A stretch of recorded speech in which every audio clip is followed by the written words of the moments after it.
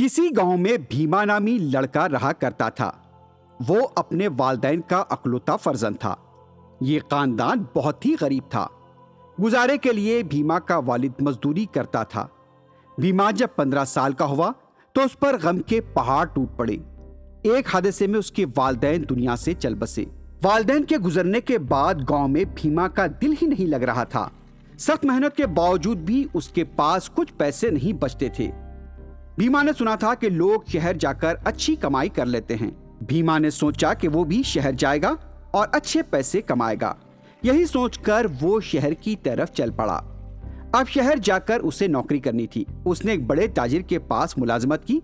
اس تاجر کی شہر میں کئی دکانیں تھیں۔ بھیما کا کام تھا کہ سامان کو ایک دکان سے دوسری دکان منتقل کرنا۔ 10 سال تک بھیما نے سخت محنت کی اور کافی رقم کی بچت کی۔ 10 سالوں کے دوران اس نے کھانے اور اپنے لباس پر بہت ہی کم پیسے خرچ کیے۔ اسے اپنے پر پیسے خرچ کرنے کی فکر نہیں تھی۔ یہاں تک کہ تہوار بھی آ جاتے تو وہ اس میں شامل نہیں ہوتا۔ اس نے ایک عام زندگی گزاری۔ اپنی تنخواہ سے وہ ہر مہینے کچھ نہ کچھ رقم ایک بزرگ کے پاس جمع کراتا۔ اس طرح سے 10 سال کے دوران اس کے پاس غیر معمولی رقم جمع ہو چکی تھی۔ ایک دن اسے خیال آیا۔ بھیما نے اپنا خیال اس بزرگ شخصیت کے سامنے رکھا جن کے پاس وہ اپنی بچت کی ہوئی رقم جمع کرایا کرتا تھا۔ بزرگ نے اس کے نئے کاروبار کے لیے نیک تمناؤں کا اظہار کیا اور اس کی رقم اسے لوٹا دی۔ بزرگ نے اسے دعائیں بھی دی اور کہا کہ اس کے کاروبار میں ترقی ہو۔ بھیما نے اس رقم کو تھیلے میں باندھا اور صبح اپنے گاؤں کی طرف چل پڑا۔ دوپہر تک وہ مسلسل چلتا رہا۔ گرمی بہت شدت کی تھی اور سکوں سے بھرے تھیلے کو لے کر چلنے میں اسے دشواری پیش آ رہی تھی۔ جب اس نے آرام کرنے کا ارادہ کیا تو وہاں اسے تاڑ کے درختوں کے سوا اور کچھ بھی نظر نہیں آیا۔ وہ ادھر ادھر دیکھنے لگا لیکن ہر طرف اسے صرف تاڑ کے پیڑ ہی نظر آئے۔ اس نے وہیں ایک درخت کے نیچے کھڑے ہو کر پانی پیا۔ کچھ دیر بعد اسے ایک گھوڑ سوار اس کی طرف آتا ہوا دکھائی دیا۔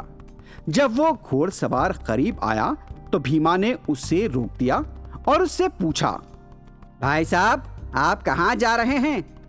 یہ سن کر گھوڑ سوار کہنے لگا، دیکھو صاحب میں گاؤں سے ہوتا ہوا شہر جا رہا ہوں۔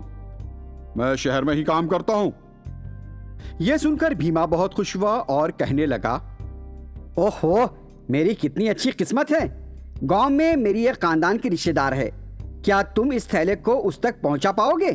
شام تک گاؤں پہنچ کر اس سے میں یہ تھیلی لے لوں گا۔ یہ بہت بھاری ہے، اسے لے کر میں اور نہیں چل سکتا۔ یہ سن کر گھوڑ سوار ہنستا ہوا بولا، دیکھو بھائی جب تمہیں یہ تھیلا بھاری لگ رہا ہے تو میرے گھوڑے پر بھی بہت بھاری پڑے گا، معافی چاہتا ہوں۔ یہ کہہ کر گھوڑ سوار آگے نکل گیا، لیکن کچھ فاصلہ طے کرنے کے بعد اس گھوڑ سوار کے دل میں یہ خیال آیا کہ تھیلا ساتھ نہ لے جانے کی بات کہہ کر اس نے غلطی کی ہے۔ اگر اس تھیلے میں کوئی قیمتی چیز ہوئی تو وہ گاؤں میں رکے بغیر سیدھے شہر جا سکتا ہے۔ یہ سوچ کر وہ پلٹا اور بھیما کی طرف اپنے گھوڑے کو دوڑایا۔ اسی وقت بھیما نے سوچا کہ میں بھی کتنا احمق ہوں۔ 10 سال سخت محنت کر کے میں نے پیسہ بچایا ہے، میں کیسے اس رقم کو ایک اجنبی کے حوالے کر سکتا ہوں؟ اگر اس کے دل میں لالچ آ گیا تو وہ پیسے لے کر بھاگ سکتا ہے۔ 10 سال تک محنت کر کے پائی جوڑ کر میں نے یہ رقم جمع کی ہے۔ کیا میں اس رقم کو اٹھا کر تھوڑی دور نہیں لے جا سکتا؟ یہی سوچ کر بھیما آگے بڑھ رہا تھا، لیکن گھوڑ سوار بھی خراب نیت کے ساتھ پلٹا اور پوچھا، میرے دوست تم نے مجھ سے جو مدد مانگی تھی میں نے اس کے بارے میں سوچا کہ کسی کی مدد کرنے کا یہ اچھا موقع ہے۔ لاؤ دو مجھے، میں تمہارا تھیلا پہنچا دوں گا۔ بھیما مسکرایا اور کہنے لگا، نہیں جناب بہت بہت شکریہ، میں نے بھی سوچا کہ اپنا تھیلا خود لے جانا چاہیے تاکہ وہ محفوظ رہے، میں اس وقت تھکا ہوا تھا۔ بھیما اور گھوڑ سوار ایک دوسرے کے دل و دماغ میں کیا چل رہا ہے اچھی طرح سمجھ چکے تھے۔ گھوڑ سوار نے بھیما کو کوئی جواب نہیں دیا اور اپنے راستے پر چل پڑا۔ بھیما گاؤں پہنچ گیا، اس نے کاروبار شروع کیا اور اپنی محنت سے دولت مند بن گیا اور اس نے خوبصورت لڑکی سے شادی کر لی اور باقی زندگی آرام سے گزارنے لگا۔ Please watch and subscribe to our channel and don't forget to tap the bell icon.